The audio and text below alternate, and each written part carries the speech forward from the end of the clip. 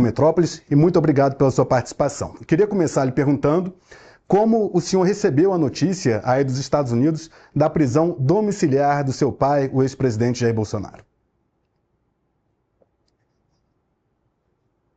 O Alexandre de Moraes ele não tem mais volta, né? A única possibilidade de ação dele é sempre dobrando a aposta. Inclusive, eu junto com o jornalista Paulo Figueiredo, e nós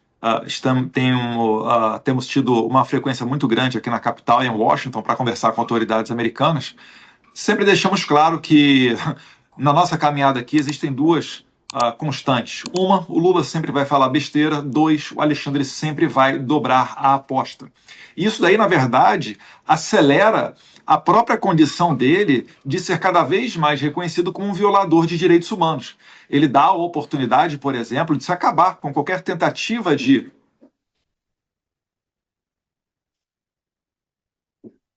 Alô?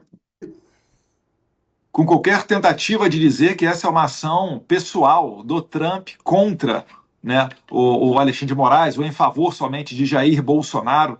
Então nós recebemos sem surpresa e a gente está agora trabalhando para que mais e mais pessoas, mais e mais autoridades pelo mundo reconheçam o Alexandre de Moraes como esse violador de direitos humanos. E dessa maneira, mais e mais pessoas que hoje em dia sustentam ele no poder, ainda que nos bastidores, pulem fora desse barco que está naufragando.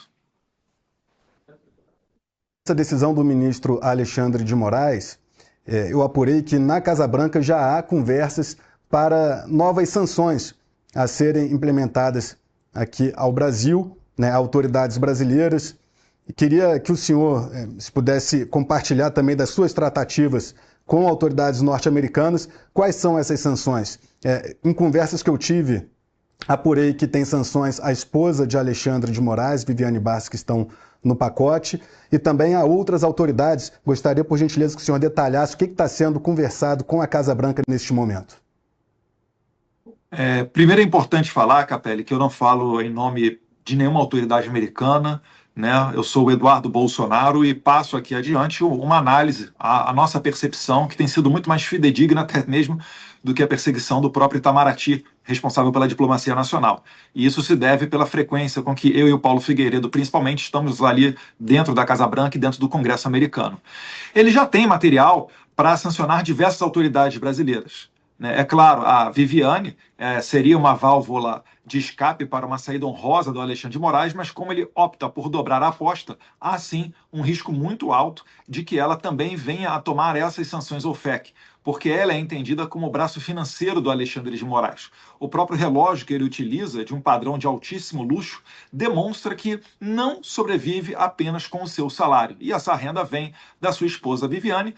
Não à toa, acho que foi até exclusividade do Metrópolis, o anúncio de que os escritórios de advocacia de não só a esposa de Alexandre de Moraes, mas como de outros familiares da Suprema Corte, já foram mapeados pela inteligência americana. Isso é uma verdade, Capelli, é uma informação fidedigna.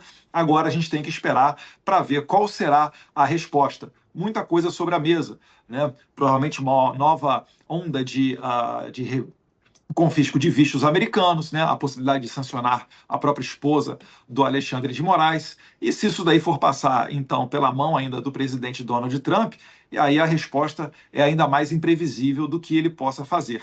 Então, vamos aguardar aí o que será feito, mas acreditamos que uma resposta à altura será dada, já que Alexandre de Moraes, com essa ação de prender de domiciliarmente o presidente Bolsonaro, ele, na verdade, está mandando um recado para os americanos de que está dobrando a aposta.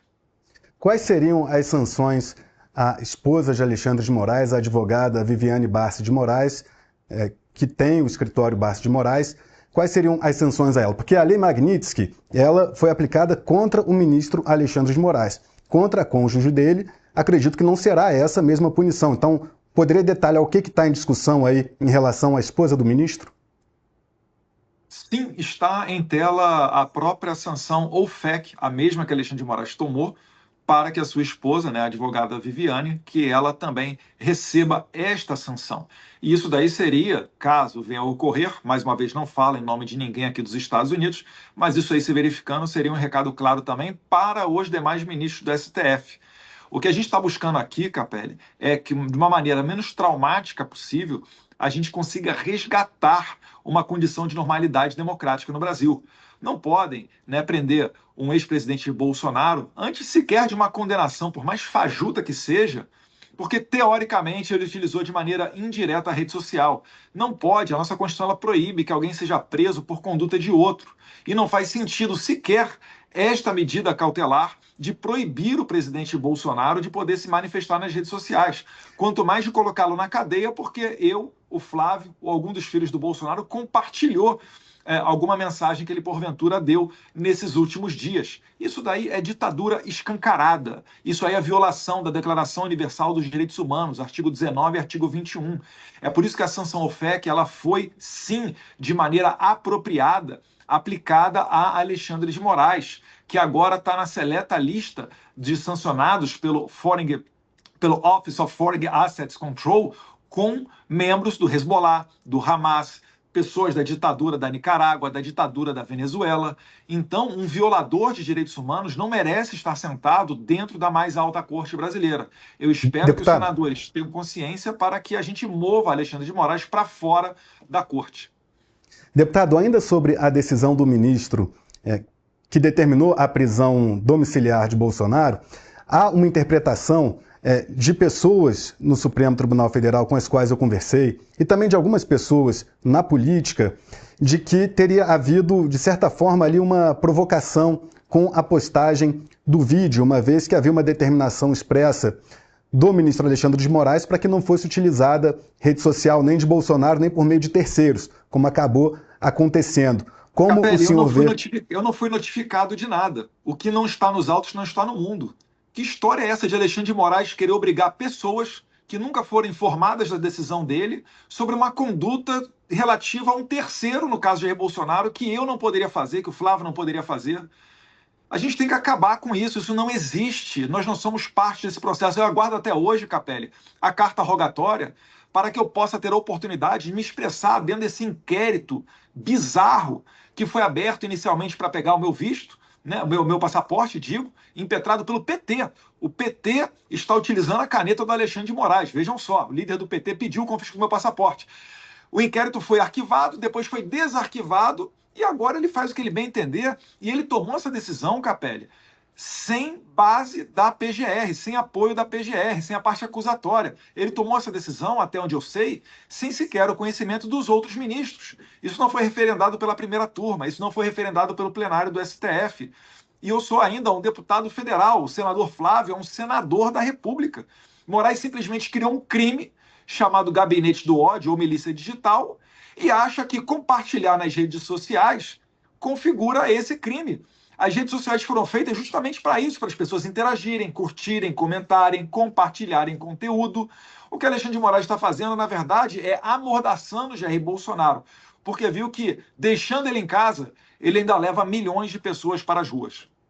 Para contextualizar, para você que nos acompanha aqui no Metrópolis, a decisão do ministro Alexandre de Moraes pela prisão domiciliar de Bolsonaro, de fato, ocorreu de ofício sem uma análise da Procuradoria-Geral da República. Eu apurei com fontes do STF que isso ocorreu, na visão de Moraes, porque já havia um comunicado enviado ao próprio ex-presidente Jair Bolsonaro, informando que, caso ele descumprisse as medidas restritivas, como o uso de redes sociais, né, e discursos, enfim, como teria ocorrido ali no ato, na interpretação de Moraes, o descumprimento da medida, o ministro achou que não seria necessário, julgou que não seria necessário submeter a prisão ao escrutínio dos demais colegas da corte. Tanto que hoje, um dia depois, a primeira turma do STF não se debruçou sobre o assunto, justamente pela interpretação do ministro Moraes, de que a decisão dele estaria respaldada pelo comunicado dado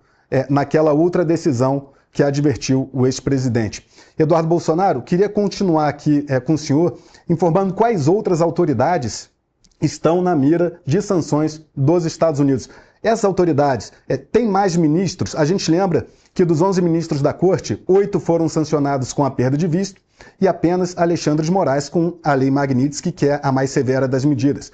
Há a previsão de Lei Magnitsky para outros ministros. Eu apurei que isso começou a ser discutido na Casa Branca, bem como também um tarifaço, uma ampliação do tarifaço Eu queria saber quais dessas medidas o senhor apoia. Eu acredito que dobrar a tarifa ou qualquer aumento de tarifa não vai ser o melhor dos caminhos. Eu acredito que as sanções, na medida da ação de cada indivíduo, de cada autoridade brasileira, seja o caminho mais correto.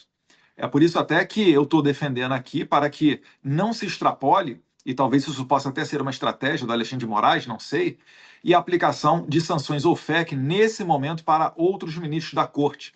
É preciso que eles tenham esse momento para digerir que o Moraes foi sancionado, digerir que eles e os seus familiares perderam seus vistos, né? Foi um golpe duro, né? Uma ação dura, com muita energia, porque, por exemplo, o próprio ministro Barroso, todos sabem, né? É notório, tem filhos que estudam nos Estados Unidos, que moram nos Estados Unidos, ele tem uma LLC, uma empresa nos Estados Unidos, com um apartamento avaliado em 22 milhões de reais, e ele não vai poder sequer visitar esse apartamento.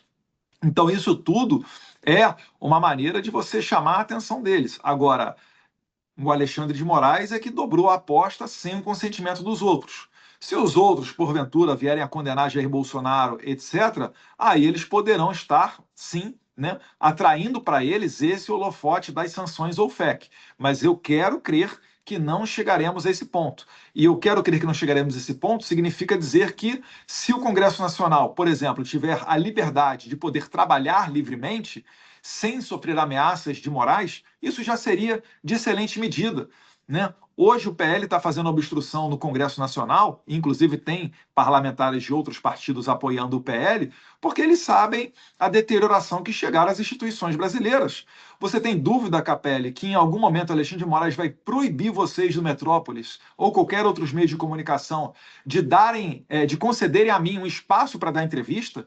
De que futuramente, se o Alexandre de Moraes continuar a vencer nesse jogo, ele vai tirar as minhas redes sociais? Isso vai acontecer. Ele está seguindo um manual, né, um by the book, ponto a ponto, tirando as liberdades de todo mundo. Eu lembro quando o Bolsonaro ia dar uma entrevista para o Metrópolis e cancelou em cima da hora, ocorreu um debate para saber se ele poderia ou não dar entrevistas, porque a decisão do Moraes era muito confusa. E ela é propositalmente confusa, porque assim o Moraes tem, né, a seu favor a conveniência de decretar ou não a prisão do Bolsonaro, como ele fez agora. Então isso daí já é uma ditadura. Eles não querem nenhuma voz. Uma voz não pode, nenhuma voz pode ser contra eles. Só que não há mal que dure para sempre, e a gente sabe que todo regime totalitário tem começo, meio e fim. Espero que a gente esteja agora vendo o início do fim desse regime alexandrino. O senhor acredita, então, que o senhor defende que sanções via Lei Magnitsky só sejam aplicadas a mais ministros do STF após o julgamento de Jair Bolsonaro, é isso?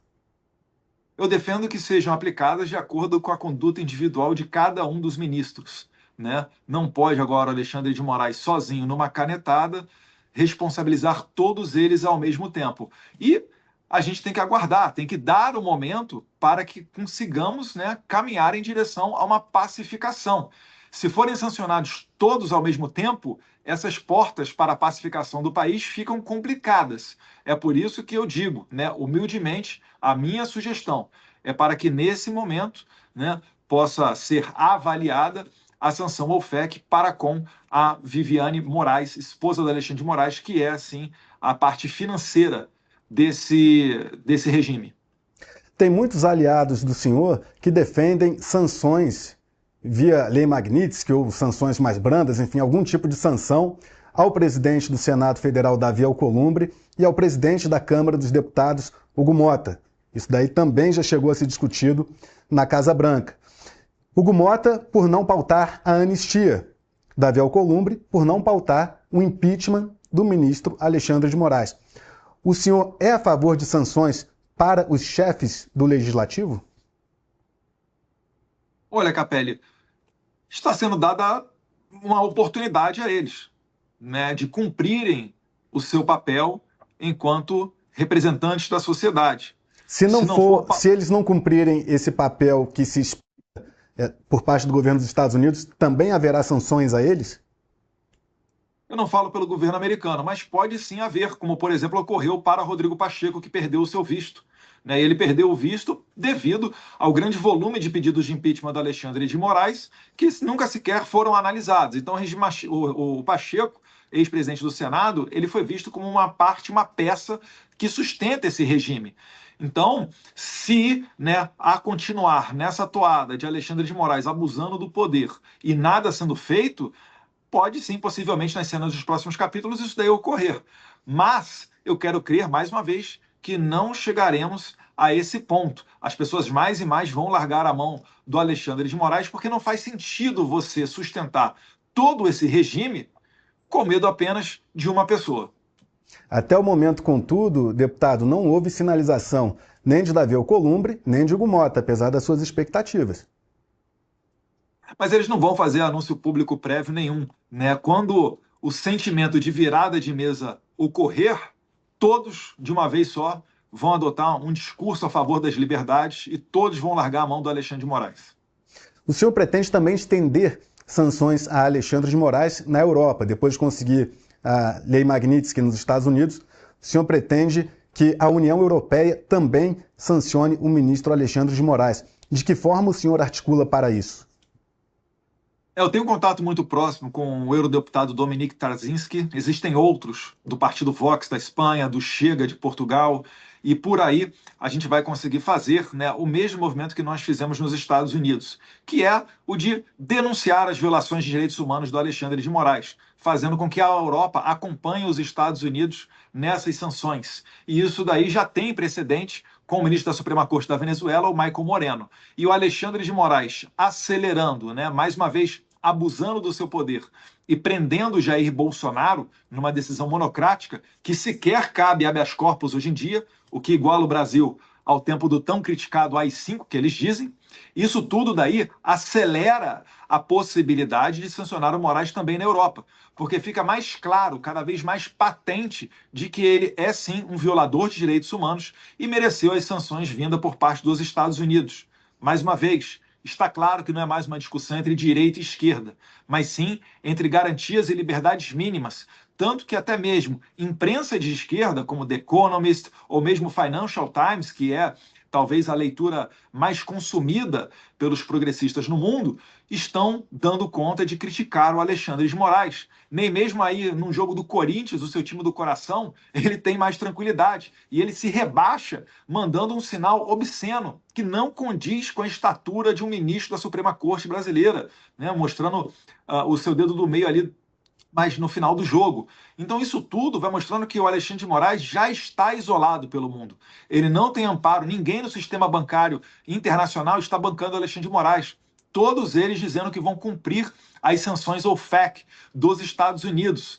O Alexandre de Moraes ele não consegue sustentar sua narrativa perante as testemunhas do 8 de janeiro, mesmo quando ele coloca a sua chibata para cantar, nem mesmo o Cid sustenta as versões do Alexandre de Moraes. Isso tudo daí vai desaguar no fim desse regime, eu tenho fé em Deus.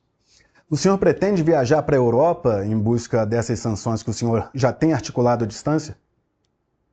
Sim, pretendo ir ao Parlamento Europeu. Já tem um convite feito pelo parlamentar polonês Dominik Tarzinski, né, para viajar para lá, dentre outros países. Então, está na nossa rota. Eu só tenho que me assegurar de que eu não serei mais uma vítima do Moraes e fazer, né, gestões para descobrir se a Interpol está ou não pedindo a minha prisão. Eu acho difícil que a Interpol siga validando as decisões do Moraes, uma vez que ele já teve a extradição do Oswaldo Eustáquio negada pela justiça espanhola, a extradição do Alan dos Santos negada pelos Estados Unidos, ainda durante o governo Biden, e mesmo os brasileiros, que o Alexandre de Moraes pediu a prisão e extradição na Argentina, em que pese meia dúzia ainda seguirem presos, o que é lamentável, nenhum deles foi extraditado. Então, há esse caminho e muito provavelmente a gente vai estar com as malas prontas indo para a Europa para fazer esse mesmo trabalho, porque eu não vou desistir do meu Brasil.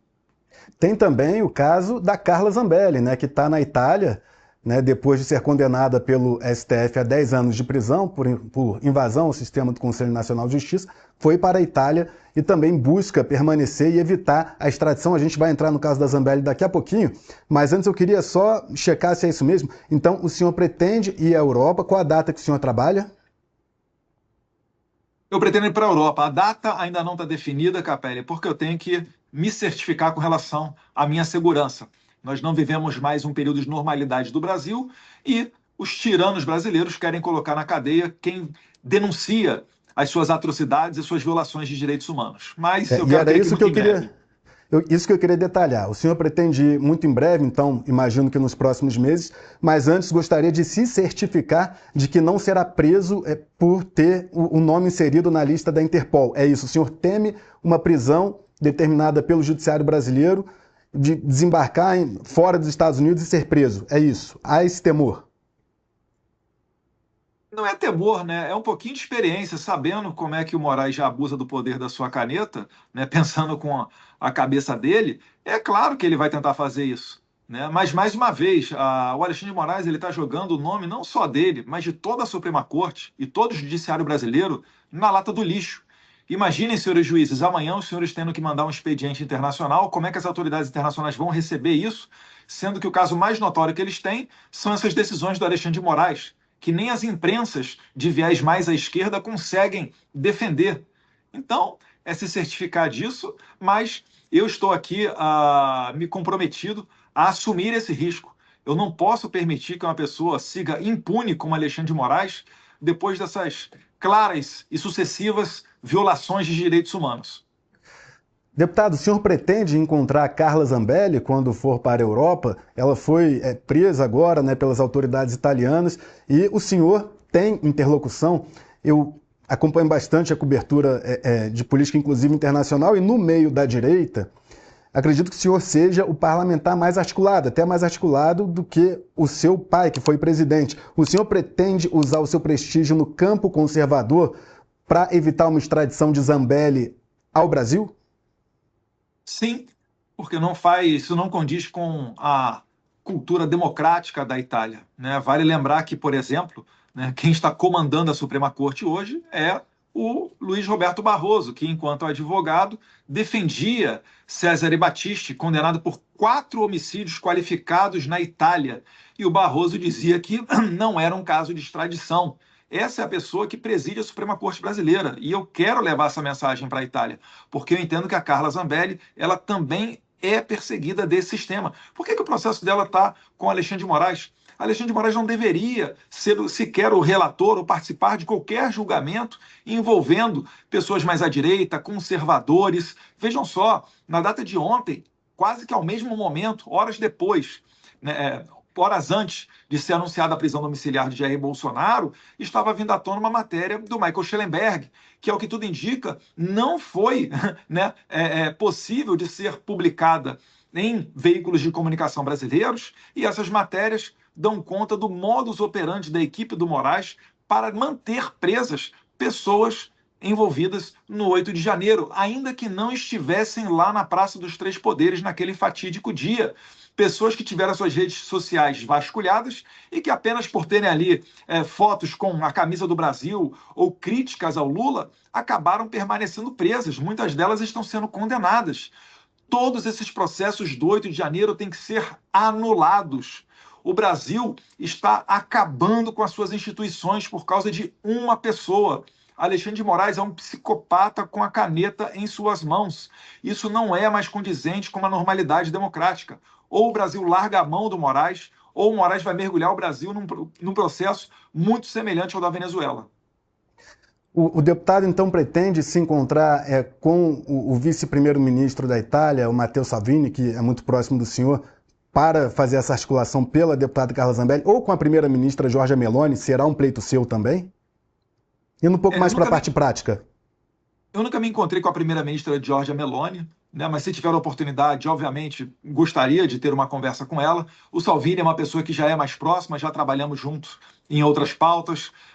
E o Salvini, ele, em que pese ser do Lega, e a Giorgia Meloni do Fratelli d'Italia, ambos são de partidos de espectro mais à direita. Então, sim, pretendo buscá-los. Né? Não sei se terei sucesso, acho que com o Matteo Salvini, se tiver agenda, provavelmente é mais fácil, mas eu pretendo denunciar essa perseguição também à deputada Carla Zambelli, um processo muito rápido que ocorreu e que jamais, né, para mim, viola o princípio do juiz natural, ela ter sido julgada pelo Alexandre de Moraes. Certamente, se ela tivesse metido a mão nos cofres públicos e roubado os velhinhos do INSS, ela jamais estaria sofrendo essa prisão. Falando em prisão, o senhor não pode se comunicar com o seu pai devido à restrição imposta pelo STF, mas gostaria de saber se o senhor tem alguma informação de como o seu pai ficou após receber o anúncio da prisão preventiva ontem. É óbvio que ele não fica feliz, né? Está se isolando, né? Não pode utilizar celular. Mais uma vez fizeram o chamado Phishing Expedition, pegaram até o celular da primeira-dama, Michele Bolsonaro. Mas eu acredito que a gente tem que sustentar, tem que resistir. Eu também estava prevendo, além da dobrada de aposta do Alexandre de Moraes, mais momentos de sacrifício. Então isso daí tem que ser entendido como normal nesse processo de fim de regime, de combate à ditadura, né? Todos os ditadores, nos momentos finais do seu regime, eles sempre também dobraram a aposta, tentaram fazer contraofensivas, e é natural que o Alexandre de Moraes vá tentar fazê-lo também. Mas, se seguirmos adiante e tendo liberdade de expressão para denunciar os crimes deles, sem se importar com a perseguição que ele vem a fazer contra nós, nós venceremos, pode ter certeza disso. O senhor deu essa informação aí que teve a apreensão do celular da Michelle. O senhor chegou a conversar com ela para saber a reação dela naquele momento? Não, ainda não, Capelli, ainda não.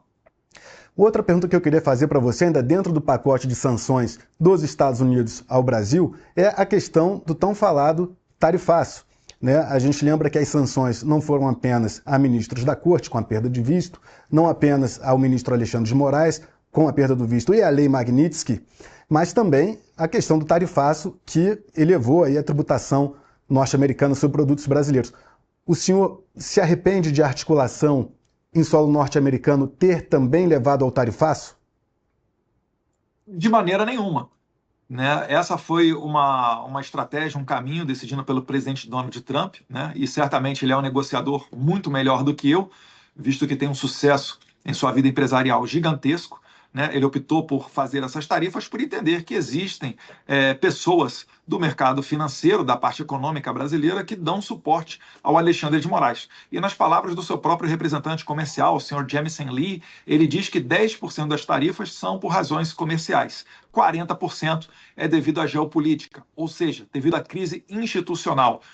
Eu também gostaria de que essas tarifas não fossem aplicadas, mas para tanto é preciso o Brasil voltar à sua normalidade democrática.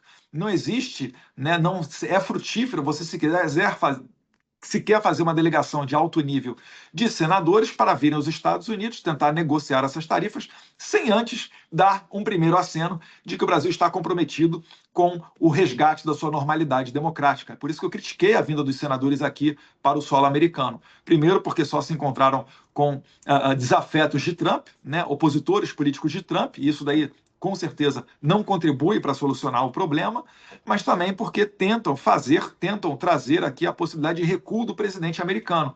E como sabemos, o Moraes, né, sempre identifica qualquer medida nesse sentido como uma fraqueza. Por isso que eu tenho batido na tecla que cada vez que o Moraes dobrar a aposta, nós temos que dobrar a aposta também nessas respostas internacionais. É por isso que mesmo com a decretação da prisão do meu pai, mesmo sendo uma pessoa inocente, sem crimes, sem provas, apenas pelo sofá da sua casa ter acenado a manifestantes que estavam nas ruas celebrando, né, pela primeira vez uma medida rigorosa contra esse ditador chamado Alexandre de Moraes, mesmo com a prisão de Bolsonaro, eu não me intimido e vou seguir levando adiante a possibilidade de sanção de Moraes também na União Europeia. No final, Capelli, não haverá nem Paris.